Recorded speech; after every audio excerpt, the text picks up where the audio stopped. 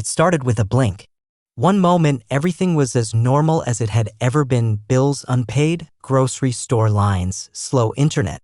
Then suddenly, every human on Earth received a notification on their phone, tablet, smartwatch, or even ancient flip phone: congratulations. Your account has been credited with $1 billion. At first, no one believed it. Most assumed it was a scam, a hack, or a prank by someone with a twisted sense of humor. But then came the screenshots, the live news broadcasts, the banking officials stammering on television. Banks confirmed it. Every account worldwide now had exactly $1 billion in it. Cash, cryptocurrency, even physical gold deposits all had magically, simultaneously ballooned to billionaire status. No source was identified. No entity claimed responsibility.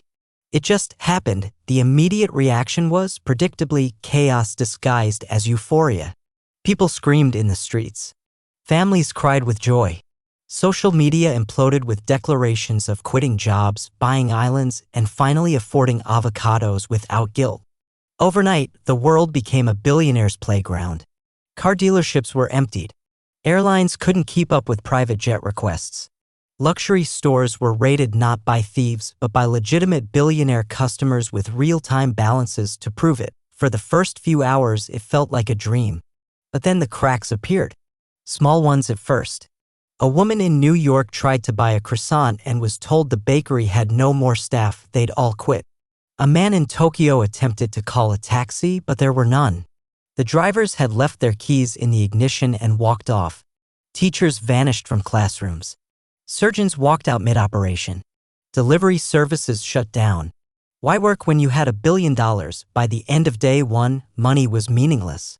Billionaires were everywhere, but nobody was farming. Nobody was cooking. Nobody was maintaining power plants or sewage systems.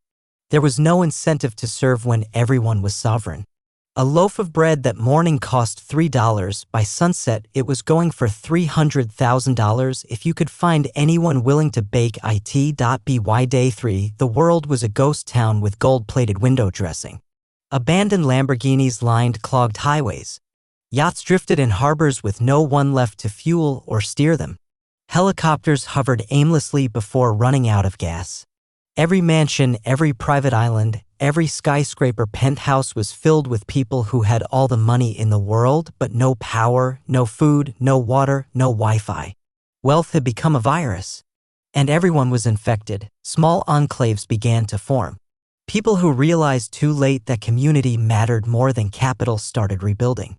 In rural farms, volunteers, not billionaires, but practical people, started tilling land again. Engineers rebooted water treatment plants. Barter became the new economy. Skills trumped dollars.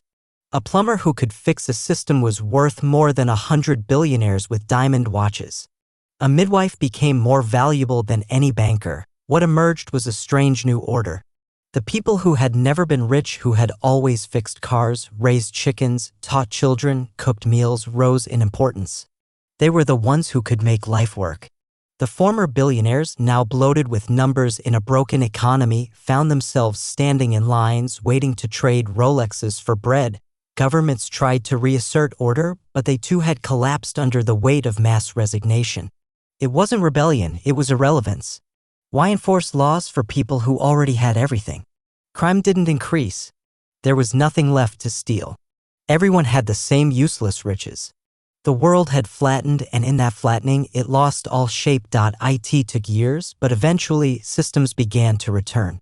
Local currencies replaced global ones. Communities printed their own notes, not backed by gold, but by food, service, and trust. Billion-dollar balances still sat in dormant accounts, collecting dust in unused databases. The world's most valuable collection of zeros. No one talked much about the event anymore. It became a cautionary tale, passed down like folklore: be careful what you wish for. Children learned it in school. Teenagers joked about it. Remember when everyone was rich and nothing worked? A generation of philosophers, artists, and thinkers emerged from the ashes, obsessed with one question: what is value, really? And perhaps the most profound realization was this: money only has power when it's rare. Like air, its value vanishes when it's everywhere.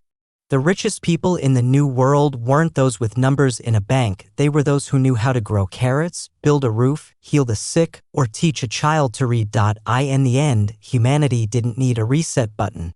It needed a lesson. The money had come and gone, but the message stayed: wealth without purpose is just numbers. And everyone, for a brief, surreal time, had been the richest and the poorest person on earth.